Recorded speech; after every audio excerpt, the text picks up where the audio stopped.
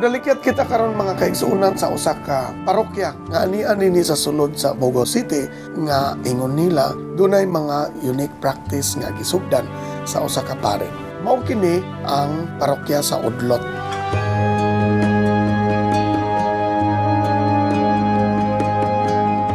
Santo na mga kaigsuunan, unya dinhi sa Udlot ang ilang parish priest si Father Dodong de Suyo. Gibalik ang usa ka karaang tradisyon nga i-reenact ang aktual nga pagpanihapon sa mga disipulo kauban ni Jesucristo. Usa kini ka unique nga tradisyon nga dugay na nawa og gibalik dinhi ni Father Dodong de Suyo diri sa simbahan sa Udlot. Witness taon yang taon-taon.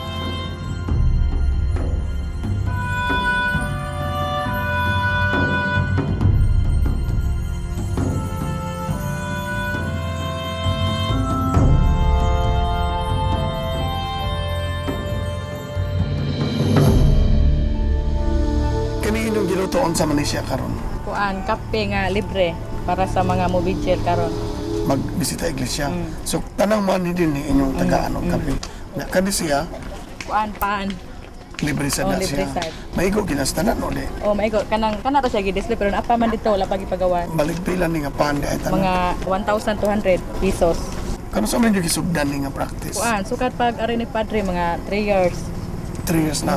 Nag-amot-amot mo. Dili kanang naay kanang donors ba kanang amo hatag diri silbi kanang nakadawat siguro lag mga milagro ana nya mo pasalamat sila mo na dili unya kung tagaan mo bayad mo dawat sad mo dili pila man kabuok sa inyong tanaw maserbihan ana mga 800 ka tao mga 800 ka tao kinsa man kasagaran mo ani dinhi mga taga syudad mga taga Balanban taga kanang Pardo taga Mandawi taga Minglanilla Tigbaligya na mo tanan og mga kandila diri. Tigbaligya mi sir.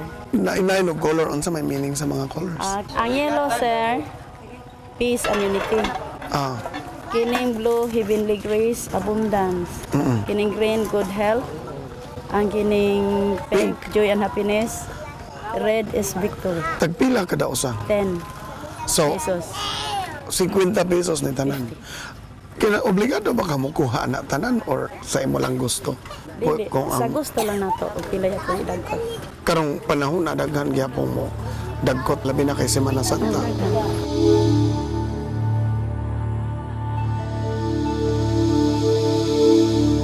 Ato karon ikahinambi ang parish priest si Father Dodong de Suyo. May tungod ni ini nga practice. Ikaw ra gyud diri sa Cebu ang nagsugod ani no nga karaan nga tradisyon. Basak Mandawi ko sa una, so nag-practice mi ani dito. Gani dunay pari sa una nga siya gyud maoy mo kanta inig panihapon, Father Greg Kabatingan. So na-practice dito nga kaning Thursday manihapon jud ang mga apostoles adto sa ibabaw sa kumbento. Unya magbasa mi sa biblical text. Tapos mukanta siya ang pare og mga reflection songs. Gani ang ihang gikanta is kinaraan jud. Na Latin, na Spanish niya nga kuan. So Spanish ni fit gyud sa kuan sa panihapon no. So nangutana ko ato niya, ingon siya practice man ni sa una pang panahon. Sa mga panahon kat sila. Oo nya wala naman kaayo ma-practice sa pagkakaron. No? So maong dinhi for 2 years na sa karon. So amo na nang gihimo din ni pod. I notice Father ba nga mukhaom slag karne. Ugma pa man ang Biyernes maoy di na ta mukaon og karne. Unya kani silang mga disipulo nakagwantar sila mukauban. Wa gyud ta mag-rice gyud kay wa man na sa tradisyon. Wa man na sa tradisyon nila sa mga kaniadto sa Passovers. May vino sad. Mas nindot unta nga sa ubang parokya sad mapraktisan ni siya. At least kanang ang ato bitaw mga henerasyon karon makakita sa ug unsay nahitabo sa itong mga katigwangan kaniadto no unsay mga religious practices nato kay as of now mo nagkawa na ang ato ang tradisyon sa simbahan.